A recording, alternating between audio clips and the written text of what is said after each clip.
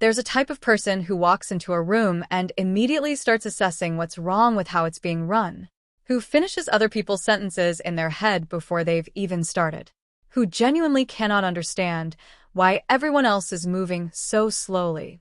Add a fire sign to that, and what you get is someone who doesn't just want to lead. They need to.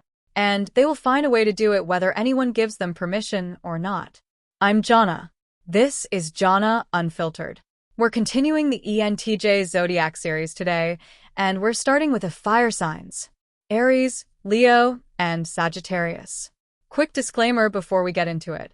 I don't take zodiac signs or personality types as fixed definitions of who anyone is. These are tools for reflection. Take what connects with your experience and leave the rest. I'm also not an astrologer or psychologist, just someone who finds these patterns genuinely interesting and enjoys sharing what I learn. Let me explain both sides of this combination first. ENTJ stands for extroverted, intuitive, thinking, and judging. This is one of the most naturally leadership-oriented types in the MBTI framework. People who identify as ENTJs typically think in systems. They walk into a situation and almost automatically start identifying what the goal is, what the fastest path to it looks like, what resources exist, and who is or isn't competent enough to help get there. They're direct, efficient, and deeply uncomfortable with anything that feels like wasted time or unnecessary complexity. ENTJs are also known for being genuinely better under pressure than in calm situations. Pressure activates them. It sharpens their thinking. When other people are panicking, the ENTJ is usually the one becoming clearer and more organized rather than less. That quality is an enormous asset in leadership. It's also one of the things that makes them difficult to be in a relationship with, because not every situation needs to be managed like a crisis response, and the people around them don't always appreciate being assessed for efficiency. Weaknesses of this type include a tendency to come across as harsh even when that's not the intention, difficulty with emotional vulnerability, and a strong inclination to suppress exhaustion until it becomes burnout. They tie their self-worth very tightly to productivity, and resting without a purpose can feel genuinely uncomfortable to them. Now the fire signs. In astrology, the fire element covers Aries, Leo, and Sagittarius. What these three share is a quality of energy that's active, bold, and forward-moving. Fire signs are typically described as confident, passionate, and driven by a strong sense of identity and personal will. They're not waiting for things to happen. They make things happen. Fire energy also brings impulsiveness, emotional heat, and a need for freedom and momentum. Fire signs don't do well when they feel trapped, limited, or forced into passivity. And they can burn out intensely when pushed past their limits without recovery time, which is relevant when you're combining them with an already high-energy type like ENTJ. When ENTJ meets fire sign energy, the strategic command of the type gets amplified by the boldness and intensity of the fire element. The result is someone who moves fast, leads hard, and generates a presence that people either find inspiring or intimidating, often both at the same time. Let me go through each fire sign separately because while they all share the fire quality, they bring different specific flavors to this combination. Starting with Aries. Aries covers people born roughly between late March and late April. It's associated with initiative, competition, fearlessness, and a strong drive to be first. Aries energy doesn't analyze forever before acting. It acts. It evaluates while moving rather than before moving. And it has a very low threshold for patience with anything that feels like unnecessary delay.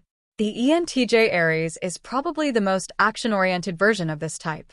The ENTJ's natural strategic intelligence gets paired with Aries' need to move immediately and compete. The result is someone who can start things with extraordinary speed and who thrives in high-pressure, high-stakes situations where quick decisions have real consequences. They don't need much time to get ready. They just go. This combination is genuinely impressive in crisis situations. While others are still figuring out what's happening, the ENTJ Aries is already 3 steps into a response. They're the person who takes charge because they physically cannot stand watching a situation go unmanaged. And they're usually good at it because their decisiveness is backed by actual strategic thinking, not just impulsiveness. The challenge is that this same quickness can create problems when the situation actually requires patience. The ENTJ Aries can rush a process that needed more development, make a decision before all the relevant information was gathered, or push forward so fast that the people around them can't keep up. And when those people fall behind, this combination can become frustrating to work with because they don't naturally slow down to bring others along. They expect people to keep pace. Anger is also worth mentioning, honestly. The Aries influence adds a short-fuse quality to the ENTJ's already low tolerance for incompetence or wasted time. When this combination feels blocked, challenged unfairly, or disrespected, the response can be immediate and sharp. They don't usually hold grudges for long because they're already moving on to the next thing. But in the moment, the reaction can be intense enough to damage relationships or intimidate people they actually need on their side. In relationships, the ENTJ Aries is passionate and protective. They show love through action, through providing, through showing up with commitment and intensity. But they also need a partner who can hold their own. They don't do well with excessive emotional dependence, and they need enough personal freedom and independence in the relationship to feel like themselves. Now, let's talk about Leo. Leo covers people born roughly between late July and late August. It's associated with charisma, confidence, pride, and a need for recognition and significance. Leo energy is theatrical in the best sense. It commands attention naturally. It wants to inspire, to lead visibly, and to build something that matters and that people can see and admire. The ENTJ Leo is the most charismatic and image-conscious version of this combination. Where the ENTJ Aries leads through action and speed, the ENTJ Leo leads through presence and influence. They're not just interested in achieving the goal. They're interested in what the achievement represents, who sees it, and what legacy it builds. This combination tends to produce people who are genuinely compelling to follow. They have a warmth and magnetism that a typical ENTJ doesn't always have, because the Leo element adds a generosity of spirit and a genuine investment in uplifting the people around them when they're at their best. They want their team to be excellent. They want the people they care about to succeed. And they can be very generous with recognition when someone does something well. The shadow side is ego sensitivity. Leo energy is proud, and when that pride is wounded, the reaction can be significant. Criticism that would slide off other types can register to the ENTJ Leo as a deeper personal attack, particularly if it happens publicly. They can also struggle with delegating things fully because on some level, they believe they do it better themselves. And that belief isn't always wrong, which makes it harder to let go. They also have a very specific need to feel respected. Not just tolerated or acknowledged. Genuinely respected. When that need isn't met in a relationship or a professional environment, they become difficult to work with and difficult to reach emotionally. The pride that makes them inspiring when they feel valued makes them cold and distant when they don't. In relationships, the ENTJ Leo is devoted and deeply loyal. They take their commitments seriously. They want a partner who respects them publicly and engages with them as an equal. They're capable of great generosity toward the people they love. But they need that generosity to be acknowledged. Feeling taken for granted is one of the fastest ways to lose this combination's warmth. Now, let's get to Sagittarius. Sagittarius covers people born roughly between late November and late December. It's associated with freedom, philosophy, expansion, and a genuine love of big ideas. Sagittarius energy is restless in an intellectual and geographical sense. It wants to keep growing, keep exploring, keep discovering what's possible beyond the current horizon. The ENTJ Sagittarius is the most visionary version of this combination. The ENTJ's strategic and goal-oriented thinking gets paired with Sagittarius' broad, expansive, possibility-focused orientation. The result is someone who doesn't just think about what's achievable. They think about what's possible if you change the frame entirely. They're the people who see a system, understand it fully, and then ask what happens if we rebuild it from scratch with better assumptions. This is the most entrepreneurial of the three fire combinations. Where Aries wants to win and Leo wants to lead visibly, Sagittarius wants to expand. To build something that goes beyond the current limits. To take an idea global or find the angle that nobody else has found yet. They get genuinely excited by big goals and genuinely bored by small ones.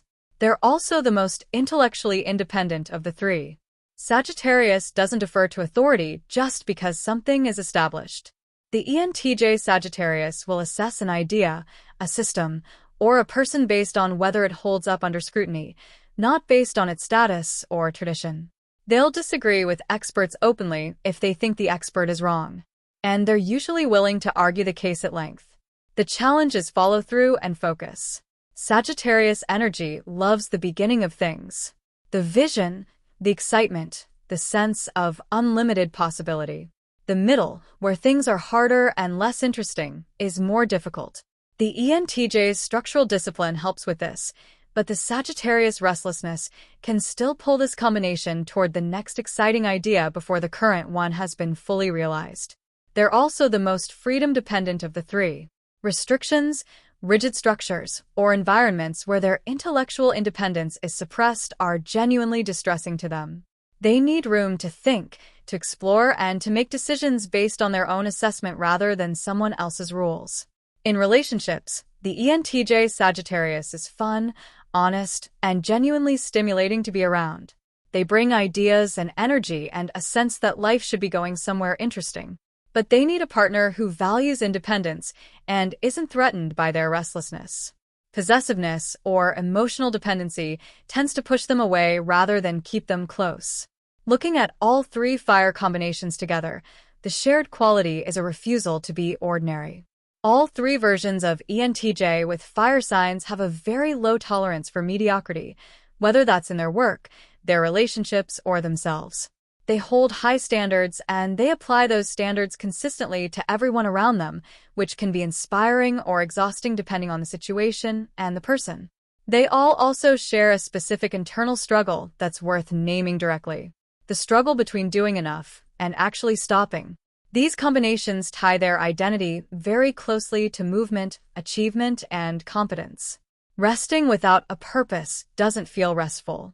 It feels like falling behind. And the inability to let themselves recover properly is one of the primary causes of the burnout that all three of these combinations are genuinely susceptible to. At their best, ENTJ fire signs are the kind of leaders who create genuine momentum, who make other people feel like they're part of something that matters, who see what's possible and move toward it with enough confidence that others believe it too. At their worst, they're control-driven, ego-protective, and so committed to their own vision of how things should be done that they stop being able to hear what anyone else is telling them. And the combination of that rigidity with fire's intensity can become genuinely destructive, both to the people around them and to themselves. The growth path for all three is similar. Learning that vulnerability isn't the same as weakness, that asking for input isn't the same as losing control, and that the most sustainable kind of power isn't the kind that burns everything at full intensity until there's nothing left. Before I close, I'd love to hear from you. Are you an ENTJ and one of the fire signs? And does this description capture how you actually experience yourself? Or is there something important it missed? Drop it in the comments because I genuinely find the gap between how these combinations are described and how they actually feel from the inside really interesting to explore. Thank you so much for spending a part of your day with me here at Jhonna Unfiltered. For those of you who are new to this space, I want to share a little bit about what I'm building here. This channel is my personal and learning diary. I am an ESL tutor and a solo dweller in the Philippines, living a life fueled by curiosity. Whether I'm researching the hidden traits of animals, diving into the mysteries of the natural world, or exploring the deep threads that connect Filipino, Japanese, and Korean cultures, this is where I document my journey. I believe that as technology and the world grow more advanced, our minds should grow right along with them. I use this text-to-speech voice to tell my stories for a very practical reason. As a full-time teacher, I have to be incredibly careful with my vocal cords. Managing vocal nodules means I must save my voice for my students in the classroom, but I refuse to let that silence my creativity. Using these digital tools allows me to share my research and my life with you while protecting my health. On this channel, there are no fixed themes and no performances, just honest documentation. From insights gathered in my global classroom to my experiences crafting a solo retirement lifestyle on my own terms, this is my way of staying productive and moving forward. I am currently working toward my goal of 1,000 subscribers, so I can turn this passion into a sustainable future for myself and my pets. If you found something meaningful in today's video, please consider subscribing to help me reach that milestone. Your support, whether it's a comment or a view, truly helps me keep the depressing thoughts at bay and keeps my focus on building something beautiful. If you'd like to support my journey even more, you can check out the Buy a Treat for My Pets link in the description. Shiro and the rest of the pack send their thanks. Thank you for being a part of this journey. I'm Jhonna, and I'll see you in the next one.